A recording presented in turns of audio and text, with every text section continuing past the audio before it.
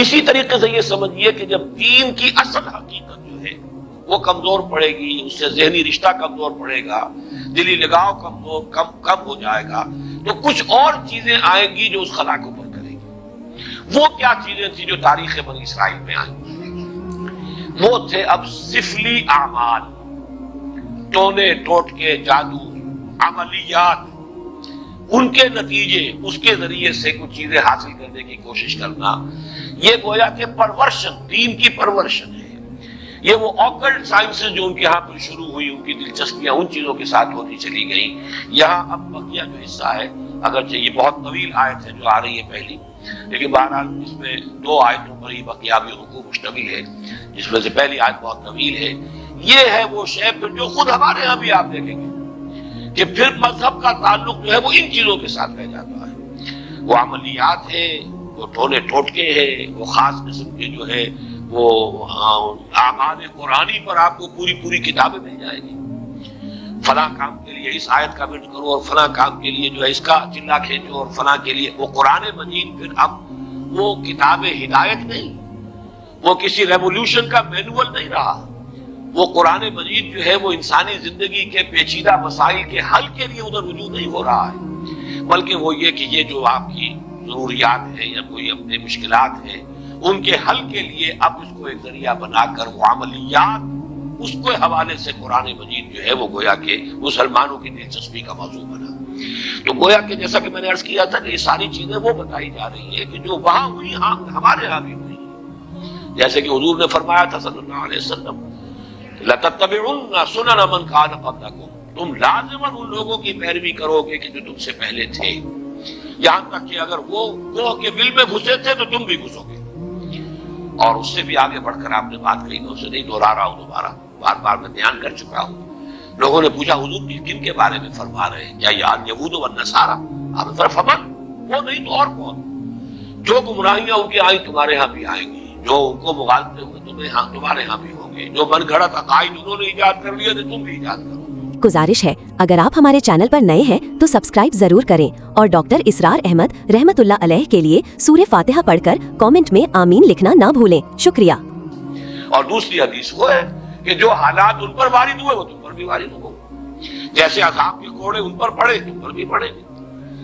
جیسے اللہ تعالیٰ کی طرف سے سرزنش ان کو ہوئی ہے مختلف مراحل پر ان کی تاریخ کے دوران تمہیں بھی ہوگی۔ وہ تو پھر ایک مستقل موضوع ہے جس پر کہ یہ دو سابقہ اور موجودہ امتوں کا ماضی حال اور مستقبل نامی جو میری اس وقت موجود کتاب ہے اس میں اس کی تفصیل موجود ہے۔ بہرحال اب آئیے اس کا مطالعہ کیجیے۔ وَاتَّبَعُوا مَا تَتْلُو الشَّيَاطِينُ عَلَىٰ مُلْكِ سُلَيْمَانَ۔ اب دیکھیے وَاتَّبَعُوا، جب انہوں نے کتاب کو چھوڑا، یہ تو گئی تھی کتاب اور کہا گیا تھا اسے مضبوطی سے تھامو، یہ میثاق جب لیا گیا ان سے، خُذُوا مَا آتَيْنَاكُمْ بِقُوَّةٍ، یہ کتاب ہم نے تمہیں دی ہے اسے مضبوطی کے ساتھ پکڑ رکھو۔ جب کتاب کو چھوڑا تو جو خلا پیدا ہوا، وَاتَّبَعُوا مَا تَتْلُو الشَّيَاطِينُ عَلَىٰ مُلْكِ سُلَيْمَانَ، پیروی کی انہوں نے، اتباع کیا انہوں نے اس شے کا کہ جس کی پیروی کر رہے تھے، جس کے پیچھے پڑے ہوئے تھے، جس کا اتباع کر رہے تھے شیاطین، اور شیاطین سے مراد یہاں جنات ہیں، سرکش جنات۔ عَلَىٰ مُلْكِ سُلَيْمَانَ، عَلَىٰ مُلْكِ سُلَيْمَانَ سے مراد ہے عَلَىٰ عَہْدِ مُلْكِ سُلَيْمَانَ، سلیمان کی حکومت کے دوران، اس دور میں شیاطین جن چیزوں کے ساتھ دلچسپی رکھتے تھے، جو ان کے معمولات تھے، انہوں نے اس کا اتباع کیا، اس کی پیروی کی۔ اب اس کو نوٹ کر لیجئے کہ چونکہ حضرت سلیمان علیہ السلام کے بارے میں ہمیں معلوم ہے کہ جنات پر اللہ تعالیٰ نے انہیں تسلط عطا کیا تھا، ان کی حکومت اس اعتبار سے تاریخ انسانی میں اس کی کوئی دوسری نظیر نہیں ہے۔ ایک مقام پر قرآن مجید میں ان کی دعا بھی یہ نقل ہوئی ہے کہ اللہ مجھے وہ حکومت عطا فرما جو کسی اور کو جو عطا نہ کرے۔ اللہ تعالیٰ نے ان کی دعا قبول کی ہے۔ تو جہاں تک وہ ملکی تعلق ہے، دنیا کی عام سلطنت کے اعتبار سے ان کی سلطنت کو بہت بڑی سلطنت نہیں تھی، ان کی سلطنت کی حدود یہی تھے، دریائے نیل سے لے کر دریائے فرات تک، اور اسی کو یہ لوگ اسی لیے کہتے ہیں کہ ہماری میراث ہے یہ گریٹر اسرائیل جو ہے وہ نائل ٹو یوفریٹ ہے، یہ ہے ہمارا، یہ علاقہ ہے، یہ ہماری میراث ہے، یہ یہاں پر گریٹر اسرائیل قائم کر کے رہیں گے۔ تو حضرت سلیمان علیہ السلام کی حدود مملکت تو کوئی ایسی لمبی چوڑی نہیں، دنیا میں اس سے بڑی بڑی سلطنتیں رہی ہیں، رومن امپائر اس سے کہیں بڑی رہی ہے۔ خود مسلمانوں کی سلطنت جو ہے وہ اس کا 20 گنا سلطنت جو ہے وہ تو حضرت عثمان کے زمانے میں ہو گئی تھی رضی اللہ تعالیٰ عنہ۔ اسی طریقے سے یہ سلطنت عثمانیہ جو آٹومان امپائر وہ کہیں بڑی تھی، لیکن یہ کہ اس کی جو نظیر جو نہیں ہے کسی اعتبار سے، جو کنٹرول انہیں ہوا پر دیا گیا، یعنی عناصر فطرت کے اوپر بھی جو کنٹرول دیا گیا، اسی طریقے سے جنات پر جو کنٹرول دیا گیا، اسی طریقے سے حیوانات پر، پرندوں پر، ان کو بھی استعمال کرنا، ان کی بولیاں جو ہے ان کو بھی سمجھنا، یہ چیزیں ہیں در حقیقت ڈائمنشنز جو ہے ان کے، جو اللہ تعالیٰ نے اقتدار انہیں عطا کیا تھا، اس کے ڈائمنشنز اتنے ہیں، ملٹی ڈائمنشنل، کہ اس کی کوئی دوسری نظیر نہیں ہے تاریخ انسانی کے اندر موجود۔ بارہ اسی میں چونکہ یہ جنات بھی تھے، اس وقت گویا کہ انسانوں کا اختلاط ان جنات کے ساتھ رہا ہے، اور ان جنات کے اندر جہاں سرکش تھے، ویسے تو یہ کہ وہ سرکش بھی اس وقت تو ان کے تابع تھے، قرآن مجید میں موجود ہے، مقررین بالاسواق، وہ زنجیروں کے اندر جکڑے ہوئے ہوتے تھے جبکہ کام ان سے لیا جا رہا تھا۔ وہ تو اللہ تعالیٰ نے خصوصی ایک معجزانہ غلبہ ہے جو حضرت سلیمان علیہ السلام کو عطا کیا تھا، لیکن ان کا جو اختلاط رہا انسانوں کے ساتھ، اس میں ان شیاطین جن نے یہ عملیات اور سفریات اور یہ دھندے جو ہے، یہ ان کے ہاں گویا کہ چھوت لگ گئی ان چیزوں کی بنی اسرائیل کو اسی زمانے میں۔ وَاتَّبَعُوا مَا تَتْلُو الشَّيَاطِينُ، یہ لفظ تتلو کو بھی سمجھ لیجئے، یہ تلاوت کا لفظ بھی اسی سے ہے، تلا یتلو تلاوتن، اس کے معنی پڑھنا، اور تلا یتلو تلون، اس کے معنی ہے پیروی کرنا۔ جیسے کہ آتا ہے چاند جو ہے وہ گویا کہ پیچھے پیچھے آتا ہے سورج کے، والشمس وضحاها والقمر اذا تلاها، تلاها سورج کے پیچھے آ رہا ہے، تو اتباع کرنا، پیچھے پیچھے چلنا۔ اور جب ہم تلاوت کرتے ہیں تو گویا کہ دونوں معنی موجود ہوتے ہیں، اس لیے کہ تلاوت میں آپ پڑھ رہے ہیں، وہ تو تلا یتلو تلاوتن ہو گیا، اور تلاوت میں آپ ٹیکسٹ کو فالو کر رہے ہوتے ہیں، بلکہ بعض لوگ جو تو آپ نے دیکھا ہوگا ان کی انگلی بھی ساتھ ساتھ چل رہی ہوتی ہے، تو گویا کہ وہ ساتھ ساتھ ٹیکسٹ کو فالو کر رہے ہیں۔ تو یہ دونوں جو مفہوم اس میں شامل ہیں۔ وَاتَّبَعُوا مَا تَتْلُو الشَّيَاطِينُ عَلَىٰ مُلْكِ سُلَيْمَانَ، حضرت سلیمان علیہ السلام کے عہد حکومت میں شیاطین جن چیزوں کے اندر مصروف اور مشغول رہتے تھے، جو ان کے مشغلے تھے، جو ان کی دلچسپیاں تھیں، جس کی وہ پیروی کرتے تھے، اسی کی پیروی کی یہودیوں نے بھی، اور انہیں سفلی اعمال کا جو ہے ان کے ہاں چرچا ہو گیا، چلن ہو گیا۔ وما کفر سلیمان ولکن الشیاطین کفروا، یہاں پر یہ آگے بات بڑھانے سے پہلے اللہ تعالیٰ نے ایک وضاحت فرما دی ہے، اور شیطان اور سلیمان نے ہرگز شرک نہیں کیا، کفر نہیں کیا، بلکہ در حقیقت وہ کفر کرنے والے شیاطین تھے۔ وما کفر سلیمان ولکن الشیاطین کفروا،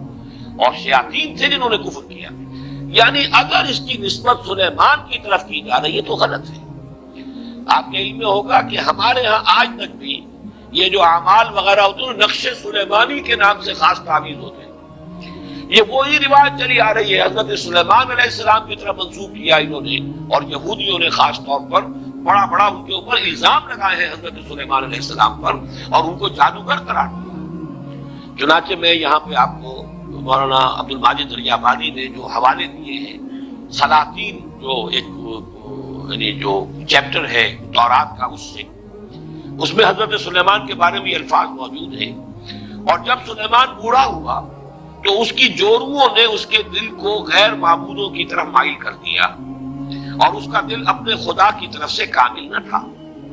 یہ بات حضرت سلیمان کے بارے میں تورات کہہ رہی ہے۔ معاذ اللہ، قرآن مجید میں آپ دیکھیں گے اکثر و بیشتر ایسے جب جملے آ جاتے ہیں کہ جیسے کہ ایک بات چلتے چلتے اچانک ایک بات اللہ تعالیٰ فرما دیتے ہیں، اور اس وقت وہ آدمی کو اگر معلوم نہ ہو تو حیران بھی ہوتا ہے کہ اس بات کے کہنے کی یہاں چندہ ضرورت نہیں تھی۔ جیسے سورہ قاف میں ہے، ہم نے آسمان اور زمین اور جو کچھ ان کے مابین ہے 6 دنوں میں پیدا کیا، وما مسنا من لغوب، اور ہمیں کوئی تکان نہیں طاری ہوئی، ہم پر کوئی تکان طاری نہیں ہوئی۔ مسلمان اس کو پڑھتے ہوئے حیران ہو جائے گا کہ کون شخص ہوگا جو یہ گمان کر سکتا ہے کہ اللہ کو تکان بھی لاحق ہو سکتی، تو ایسی بات کی تردید کی ضرورت کیا ہے؟ یہ بات کھلتی کب ہے؟ جب آپ تورات پڑھیں، وہاں لکھا ہوا ہے کہ اللہ تعالیٰ نے آسمان اور زمین 6 دن میں پیدا کیے اور 7ویں دن آرام کیا۔ اب یہ جو آرام کا تصور ہے یہی ہے در حقیقت ویکینڈ جو چلا آ رہا ہے ان کے ہاں، یہ 6 دن کام کرو 1 دن آرام کرو، یہ تصور پوری مغربی تہذیب کا ویکینڈ کا تصور یہ ہے کہ اللہ نے بھی آسمان اور زمین 6 دن میں پیدا کیے اور پھر 7ویں دن میں اس نے آرام کیا، گویا کہ تکان لائق۔ وہاں پر وہ چلتے چلتے وَلَقَدْ خَلَقْنَا السَّمَاوَاتِ وَالْأَرْضَ وَمَا بَيْنَهُمَا فِي سِتَّةِ أَيَّامٍ وَمَا مَسَّنَا مِن لُغُوبٍ، ہمیں کوئی تکان داری نہیں۔ اسی طرح کا معاملہ یہاں ہے کہ چونکہ تورات کے مرتبین نے یہ سب کچھ کیا ہے، حضرت سلیمان علیہ السلام کے بارے میں میں آپ کو ایک اور جملہ سناتا ہوں، کیونکہ امام طبری نے اپنی اس جو ان کی علامہ ابن جریر طبری نے اپنی تفسیر میں اس کو نقل کیا ہے، وہ بھی میں سناؤں گا، لیکن ایک دوسرا اور بھی قول جو مولانا عبد الماجد دریابادی نے نقل کیا ہے، سو از بس کہ اس کا دل خداوند اسرائیل کے خدا کی جانب سے برگشتہ ہوا، اس لیے خداوند سلیمان پر غضبناک ہوا اور اس نے اسے حکم دیا تھا کہ وہ اجنبی معبودوں کی پیروی نہ کرے، پر اس نے اپنے خداوند کے حکم کو یاد نہ رکھا۔ وہی کنگز سلاطین نامی جو چیپٹر ہے اولڈ ٹیسٹمنٹ کا، اسی سے دونوں میں نے آپ کو حوالے سنائے ہیں، اس کی نفی ہے جو قرآن نے یہاں کیا ہے، وَمَا كَفَرَ سُلَيْمَانُ وَلَٰكِنَّ الشَّيَاطِينَ كَفَرُوا۔ سلیمان تو ہمارے بندے، ہمارے نبی اور ہمارے پسندیدہ بندے، ان کی طرف اس طرح کی نسبت کرنا جو ہے یہ غلط ہے، یہ شیاطین تھے، وہاں جنات تھے، اس وقت چونکہ رہا اختلاط، انہوں نے یہ سارا جو ہے کفر پھیلایا اور یہ سارے سفلی علوم جو ہے وہ ان کے ذریعے سے یہودیوں کے اندر سرایت کر گئے۔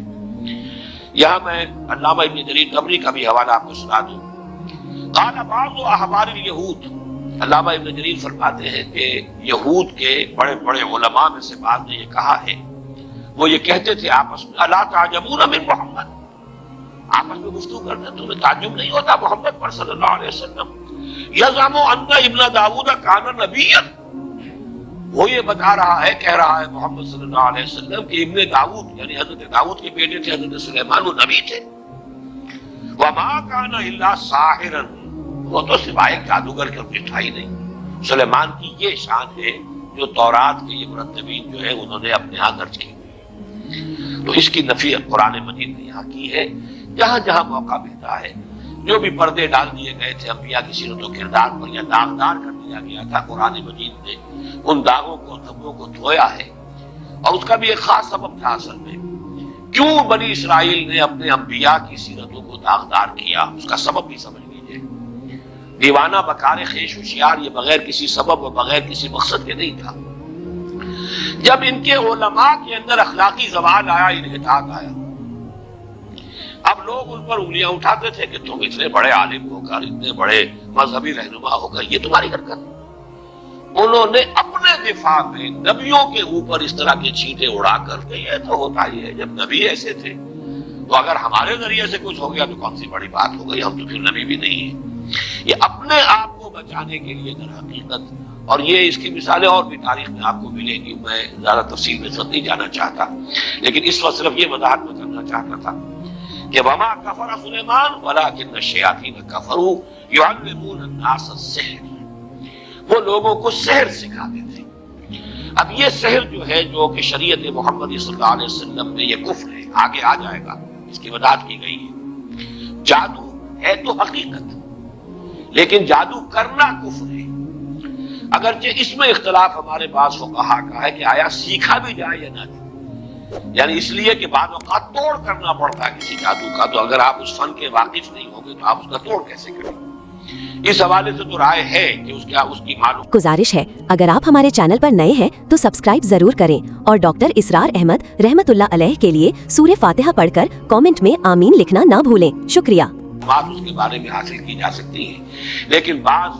فقہا کے نزدیک اس کا سیکھنا کرنا تو ہے ہی ہے کفر، اس میں تو شک ہے ہی نہیں، خود جادو کرنا، لیکن جادو کا علم حاصل کرنا یہ بھی کفر ہے، یہ بھی ممنوع ہے، یہ بھی حرام ہے، اس لیے کہ ظاہر بات ہے کہ وہ ذریعہ کفر بننے والی شے۔ یعلمون الناس السحر،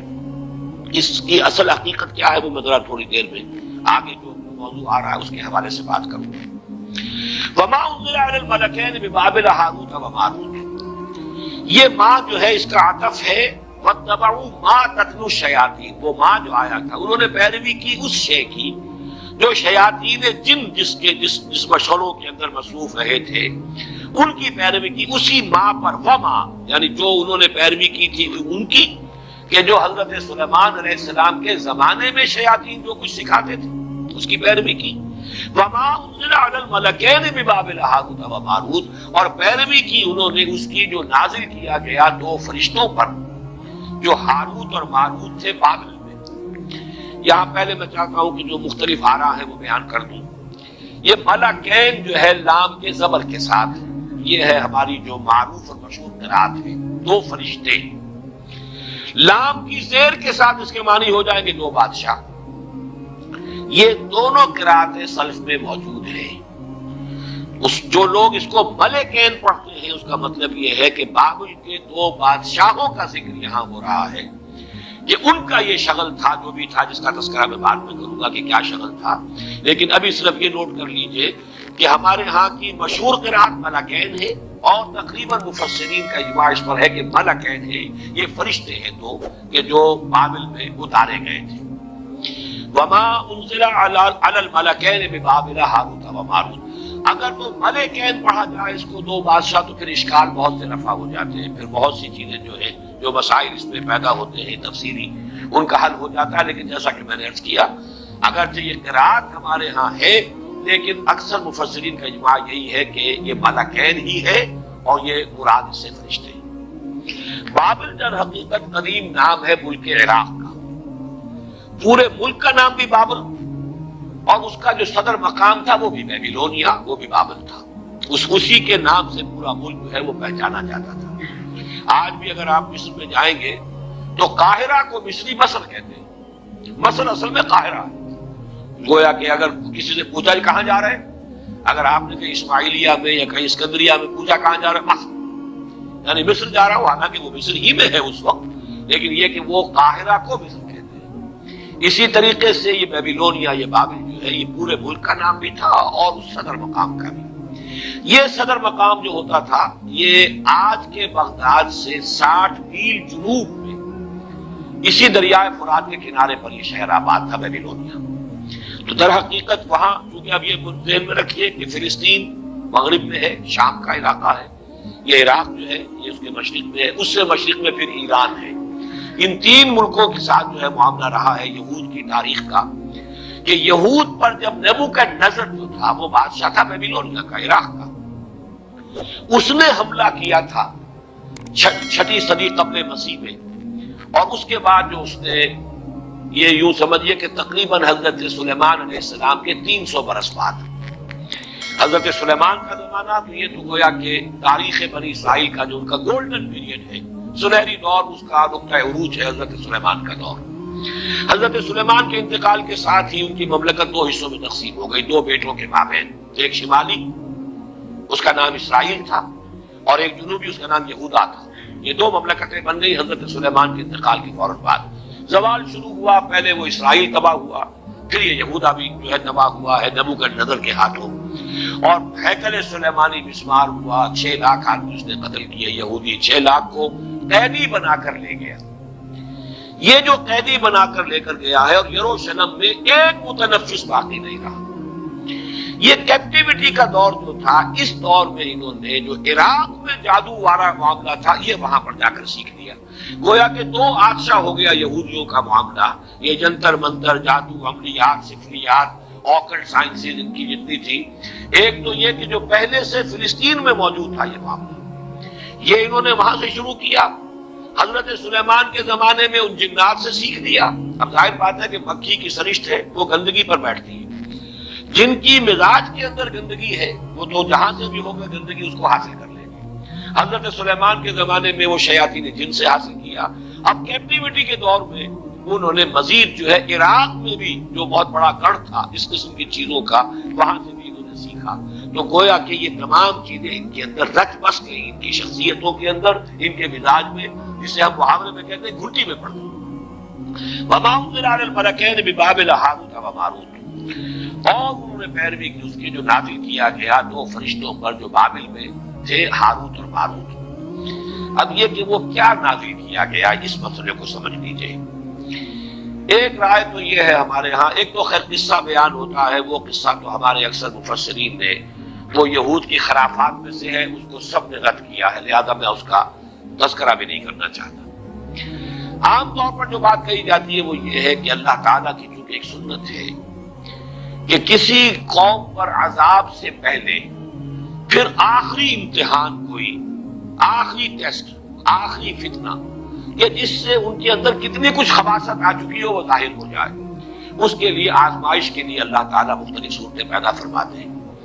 جب ان کے ہاں ان چیزوں کا رواج بہت ہو گیا تو اللہ تعالیٰ نے 2 فرشتوں کو انسانی شکل میں بھیجا، اور وہ فرشتے جو ہے وہ ان کو کچھ وہ جادو وغیرہ کی تعلیم دیتے تھے، لیکن کہہ دیتے تھے دیکھو یہ کفر ہے، ہم فتنہ ہیں،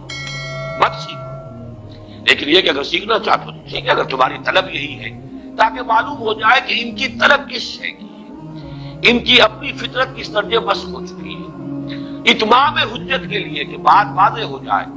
جیسے کہ قرآن مجید میں آتا ہے مختلف مواقع پر کہ اللہ تعالیٰ ان کی رسی دراز کر رہا ہے، کیوں کر رہا ہے؟ تاکہ جو ان کا خبث باطن ہے پورے طور پر ظاہر ہو جائے، تاکہ پھر یہ پوری طرح سزا کے مستوجب ہو جائے، مستحق ہو جائے، جو سزا ملے وہ واقعتاً ثابت ہو کہ یہ ان کی خباثت اسی درجے کی تھی کہ اتنی سزا انہیں ملنی چاہیے تھی۔ اس معنی میں گویا کہ آزمائش کے طور پر، چنانچہ یہاں کے الفاظ پڑھ لیجئے، وَمَا يُعَلِّمَانِ مِنْ أَحَدٍ، اور وہ نہیں سکھاتے تھے کسی کو کچھ بھی، حَتَّى يَقُولَا، یہاں تک کہ وارن کر دیتے تھے، إِنَّمَا نَحْنُ فِتْنَةٌ فَلَا تَكْفُرْ، ہم فتنہ ہے، آزمائش ہے، تو تم کفر مت کرو، کفر مت سیکھو، کفر سے دلچسپی نہ رکھو۔ لیکن ان کا حال کیا تھا؟ فَيَتَعَلَّمُونَ مِنْهُمَا، وہ سیکھتے تھے وہ لوگ ان دونوں سے، ان فرشتوں سے، ما یفرقون بہ بین المرء وزوجہ، جس سے تفریق کر سکے وہ کسی شخص اور اس کی بیوی کے مابین۔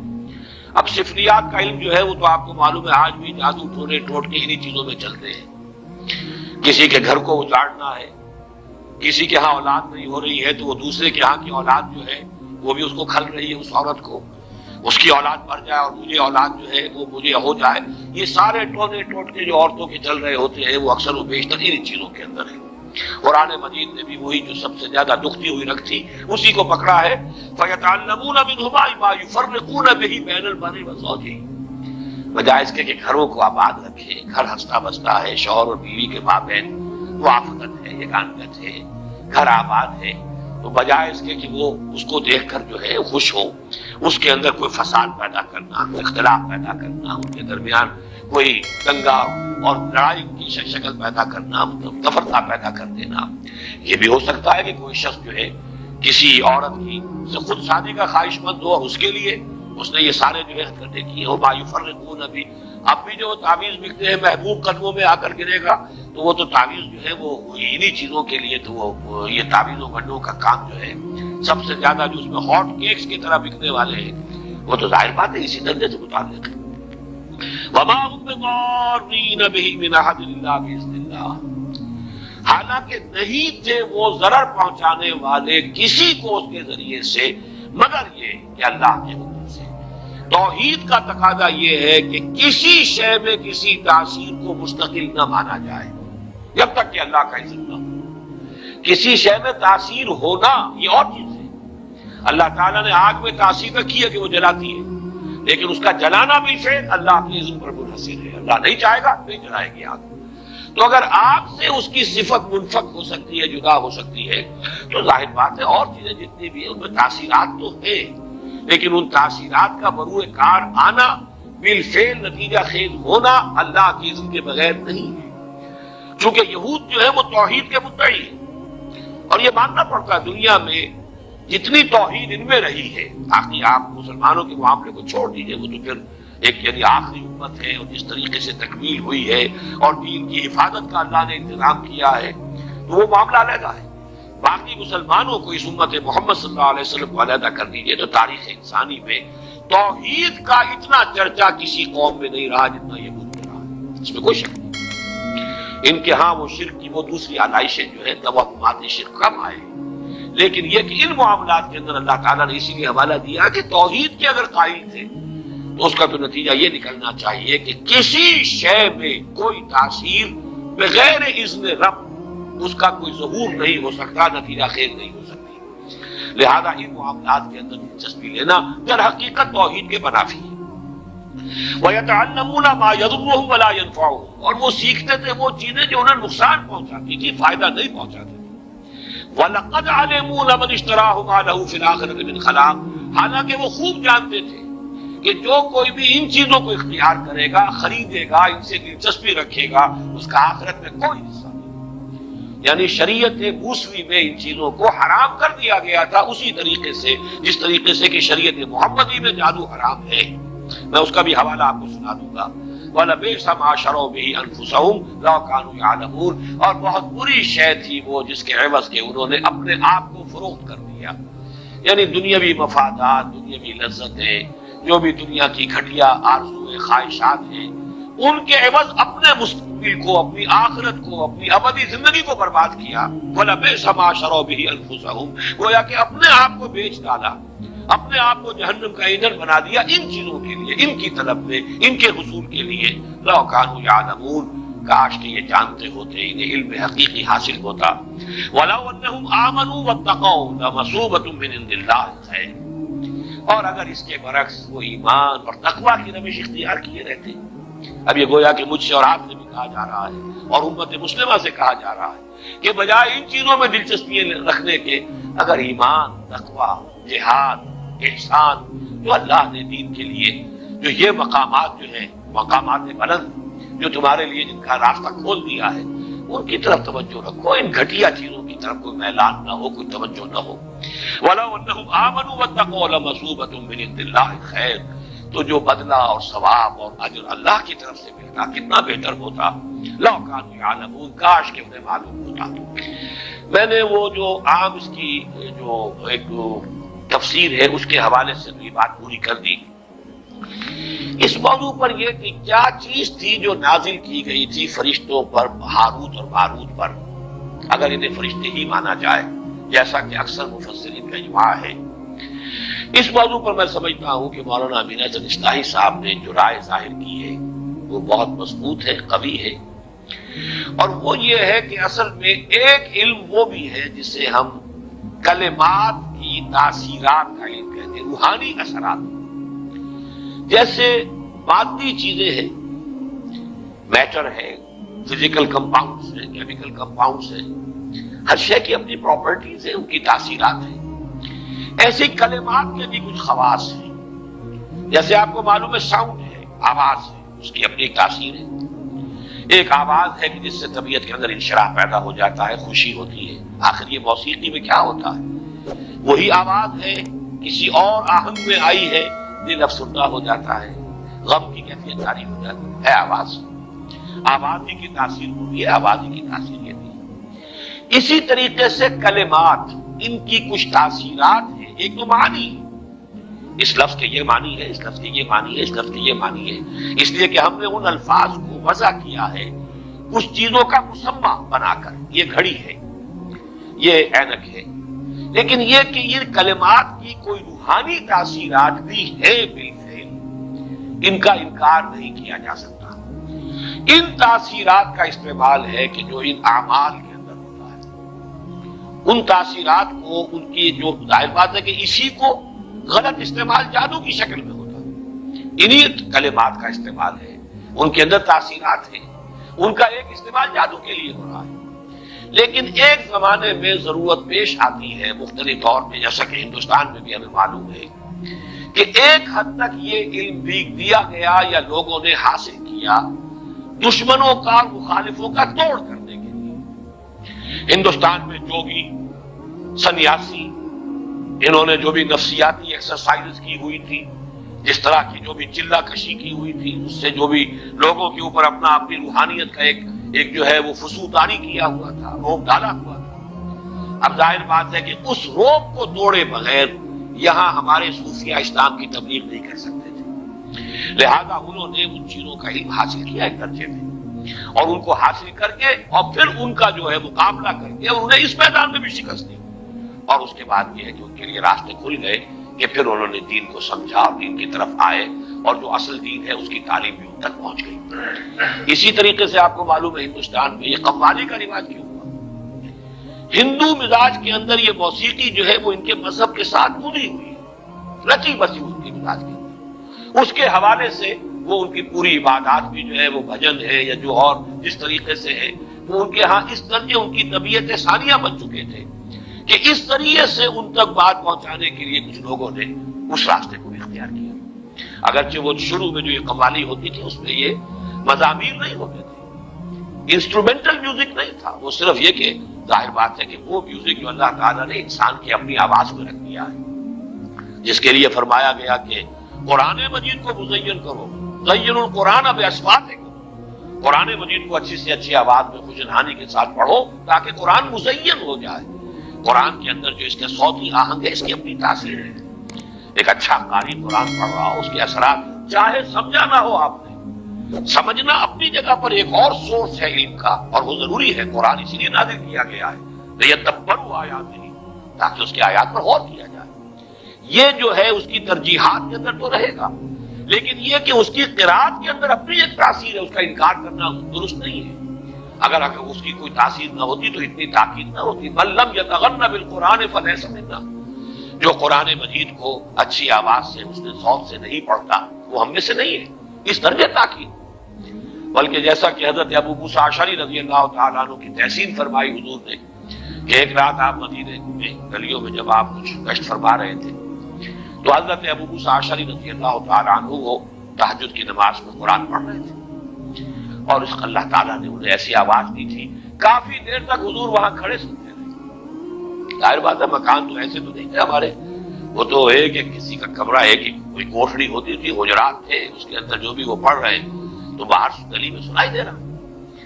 صبح فجر میں جب ملاقات ہوئی ہے تو پھر حضور نے حضرت ابو موسیٰ سے پھر یہ فرمایا یا ابا موسیٰ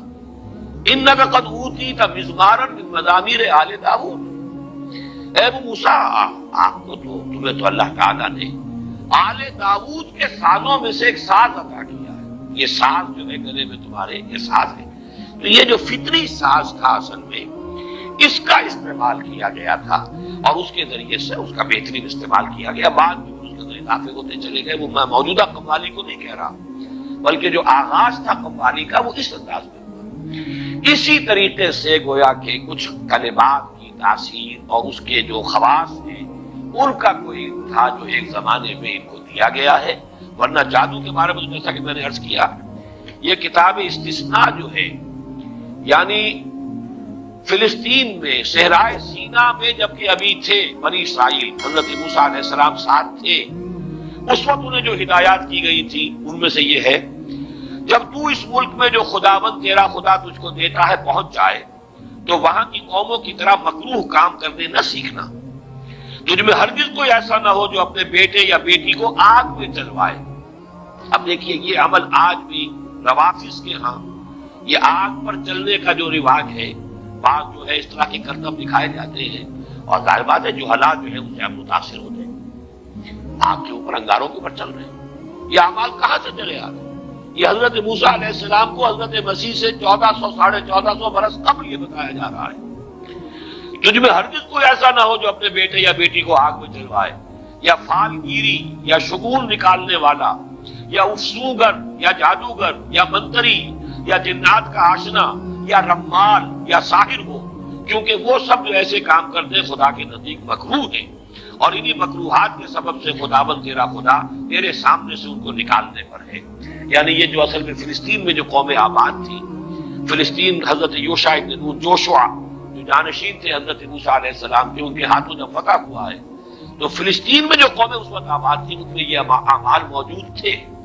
لیکن گزارش ہے اگر آپ ہمارے چینل پر نئے ہیں تو سبسکرائب ضرور کریں اور ڈاکٹر اسرار احمد رحمت اللہ علیہ کے لیے سورہ فاتحہ پڑھ کر کامنٹ میں آمین لکھنا نہ بھولیں. شکریہ. ہوا یہی کہ انہوں نے جا کر وہاں پہ وہ اعمال ان سے سیکھے. پھر جب ان کا وہ دور آیا ہے کہ جب حضرت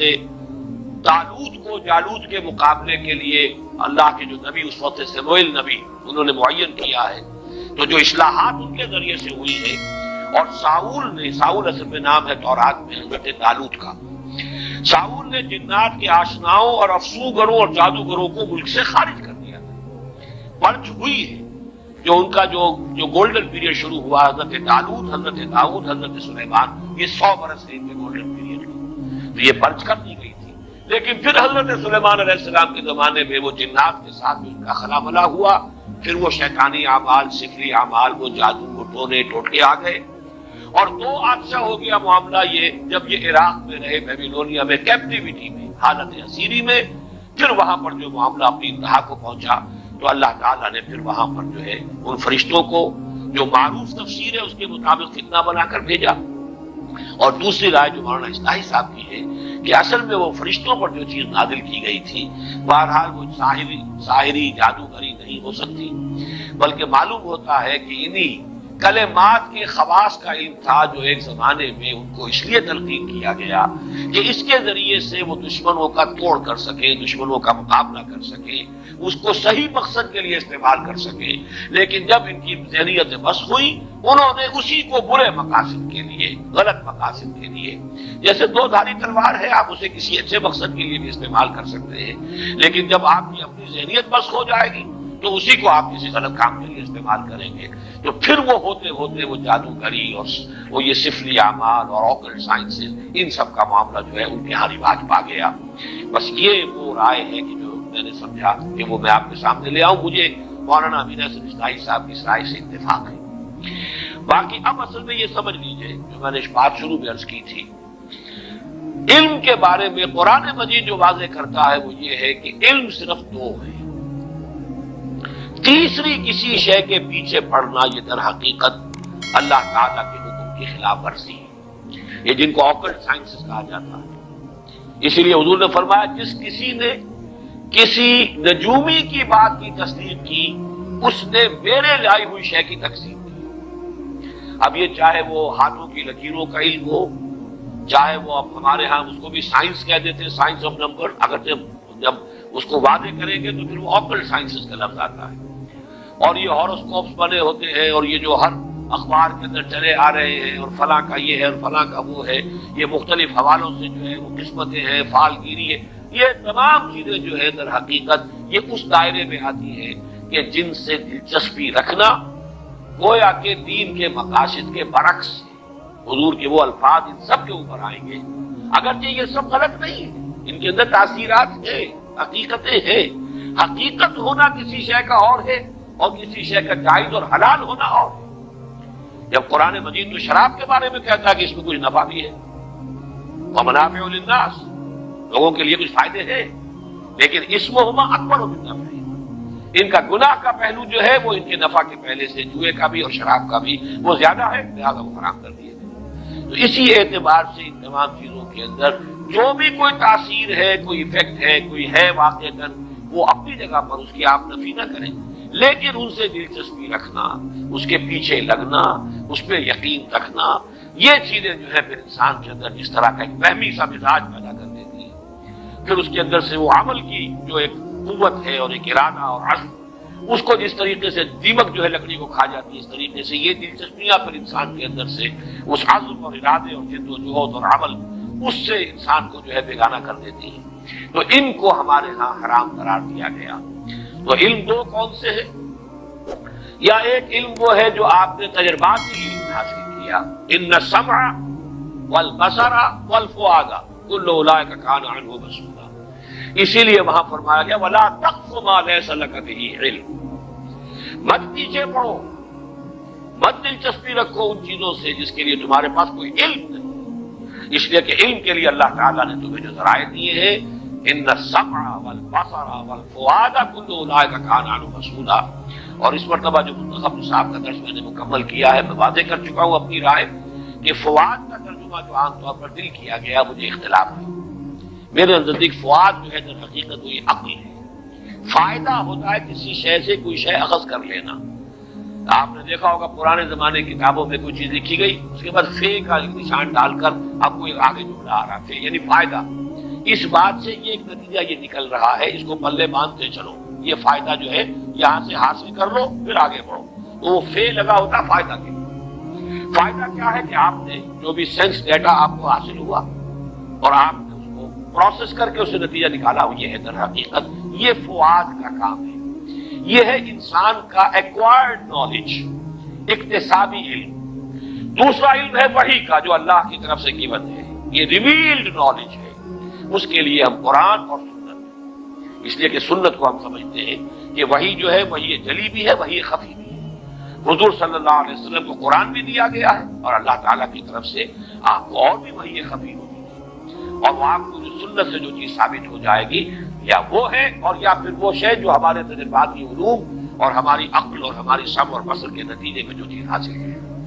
یہ دو علم ہے، وَلَا تَقْفُ مَا لَيْسَ لَكَ بِهِ عِلْمٌ إِنَّ السَّمْعَ وَالْبَصَرَ وَالْفُؤَادَ كُلُّ أُولَٰئِكَ كَانَ عَنْهُ مَسْئُولًا۔ یا علم ہے قرآن اور سنت کا علم، یا اس سے استنباط، اس سے استدلال، عقل یہاں بھی لگے گی۔ اجتہاد جو ہے وہ عقل ہے، قرآن اور سنت کی بنیادی جو چیزیں ہیں ان سے استنباط کرنا، استدلال کرنا، قیاس کر کے نئی صورتحال کے بارے میں حکم جو ہے اس سے نکالنا، یہ عقل کا استعمال ہو جائے گا۔ لیکن سورسز یا ریویل نالج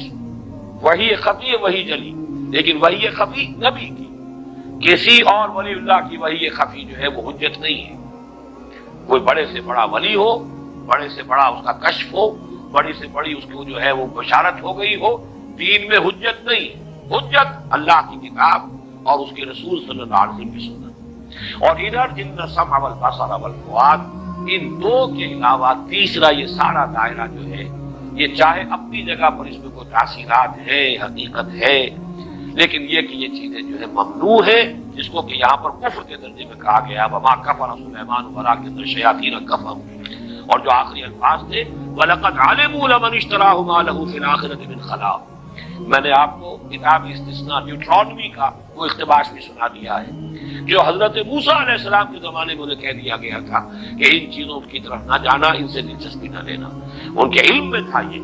کہ جو کوئی بھی ان چیزوں سے دلچسپی رکھیں گے، ان کی پیروی کریں گے، ان کے درپے ہوں گے، ان کا آخرت میں کوئی حصہ نہیں۔ وَلَبِئْسَ مَا شَرَوْا بِهِ أَنفُسَهُمْ، لیکن انہوں نے ان چیزوں میں مشغول ہو کر، ان میں دلچسپی لے کر برا انجام اپنے لیے خرید لیا، اپنی جانوں کو فروخت کر لیا بڑی بری شے کے لیے۔ لَوْ كَانُوا يَعْلَمُونَ، کاش کہ انہیں معلوم ہوتا، وَلَوْ أَنَّهُمْ آمَنُوا وَاتَّقَوْا لَمَثُوبَةٌ مِّنْ عِندِ اللَّهِ خَيْرٌ، اور اگر وہ ایمان اور تقویٰ کی روش پر قائم رہتے تو اللہ کی طرف سے اجر و ثواب بہت بہتر رہتا۔ لَوْ كَانُوا يَعْلَمُونَ، کاش کہ وہ جانتے۔ اگر آپ کو ہماری ویڈیو اچھی لگی ہو تو ہمارے چینل کو سبسکرائب ضرور کریں۔ ڈاکٹر اسرار احمد رحمت اللہ علیہ کی وفات کے لیے سورہ فاتحہ پڑھ کر کامنٹ میں آمین لکھیں۔ شکریہ۔